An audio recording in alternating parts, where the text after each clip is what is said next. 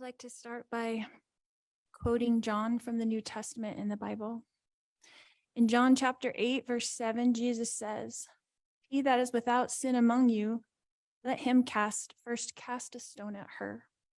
Then in verse 15, Jesus says, "Ye judge after the flesh, I judge no man. And yet if I judge, my judgment is true." Jesus knows me, and Jesus understands me. I mourn with all of you who mourn my children and Tammy. Jesus Christ knows the truth of what happened here. Jesus Christ knows that no one was murdered in this case. Accidental deaths happen. Suicides happen. Fatal side effects from medications happen. I have a different perspective in life because in 2002, when I was pregnant with Tylee, I died in the hospital while in labor with her. They tried to stop my labor. They put me on the table and they put something in my IV, and I felt my spirit falling to the floor. I was standing near my pregnant body, watching the doctors try to revive me, which took them a few minutes. In that time, my sister Stacy was standing to my left.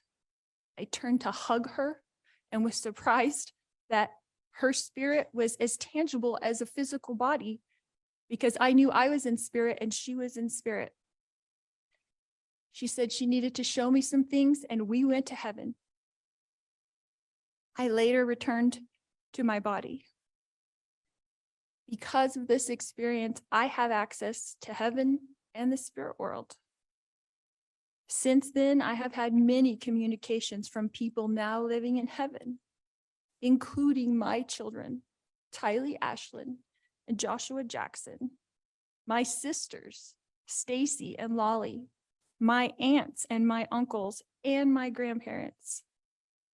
I have had many communications with Jesus Christ, the Savior of this world, and our heavenly parents. I've had many angelic visitors have come and communicated with me and even manifested themselves to me. Because of these communications, I know for a fact that my children are happy and busy in the spirit world. Because of my communications with my friend Tammy Daybell, I know that she is also very happy and extremely busy. I have always mourned the loss of my loved ones, and I have lost many in this mortal world. However, I know them more than most people. I know where they are now and what they're doing. I know how wonderful heaven is, and I'm homesick for it every single day. I know we all lived in heaven before we were born on earth, and we were all adult spirits in the heavenly realm. We chose to come to earth as mortals. Heaven is more wonderful than you can possibly imagine. I do not fear death, but I look forward to it. I did not want to return to my body when I was out of it. Even though my son Colby, who I adored more than anything, was only 6 years old at the time, and I was about to give birth to this new baby girl that I wanted so badly. I was a young mother, and you would think I wouldn't want to leave my children, but as I stood in heaven, I did not want to go back. I thought they would be fine without me because I was peaceful and I was happy and I was home. But then I was told by Jesus that I needed to go back and complete things that I had covenanted or promised to do before I was born. This caused me a lot of distress because I knew heaven was my real home, and I only wanted to be there. I was free from pain, emotional and physical. But then I was shown how I would help my children and others in the future. So ultimately, I did agree to go back to my body.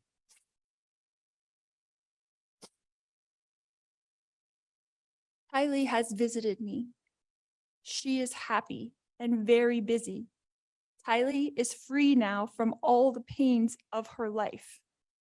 Tylee suffered horrible physical pain her whole life. I sat with Tylee in the hospital year after year after year while she screamed in pain when the morphine wasn't even enough to take away the pain of her pancreatitis. I sat there while she cried and I held back her hair while she threw up.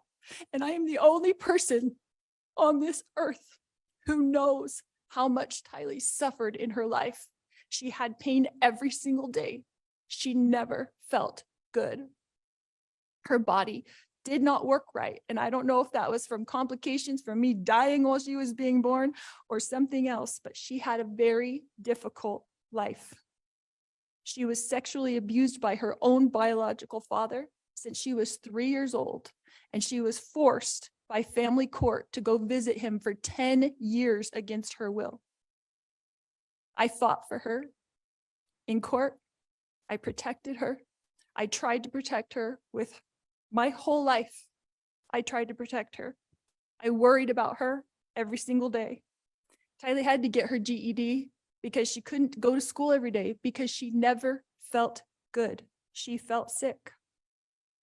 Nobody knows this because Tylee, like myself, tries to put on a good front, tries to be a happy person, tries to have hope in life, tries to know that she's here for a purpose and that she has an eternal purpose to be on this earth. But I never stopped worrying about her. One of the times that Tylee came to me as a spirit after she died, she commanded me and she said to me, "Stop worrying, Mom. We are fine." She knows how I worry and how I miss her.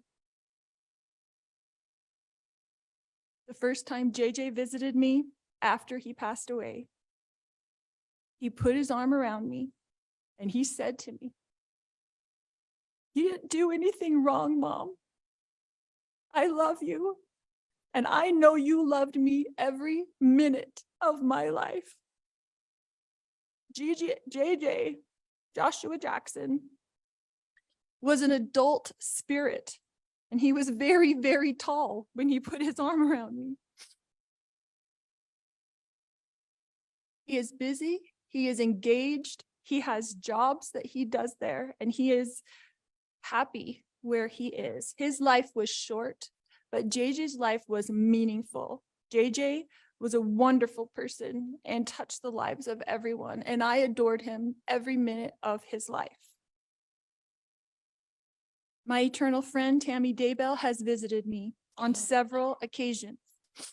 She came to bring me peace and comfort, and I know that she is extremely busy helping her family, especially her children and grandchildren, and I have a great love for Tammy.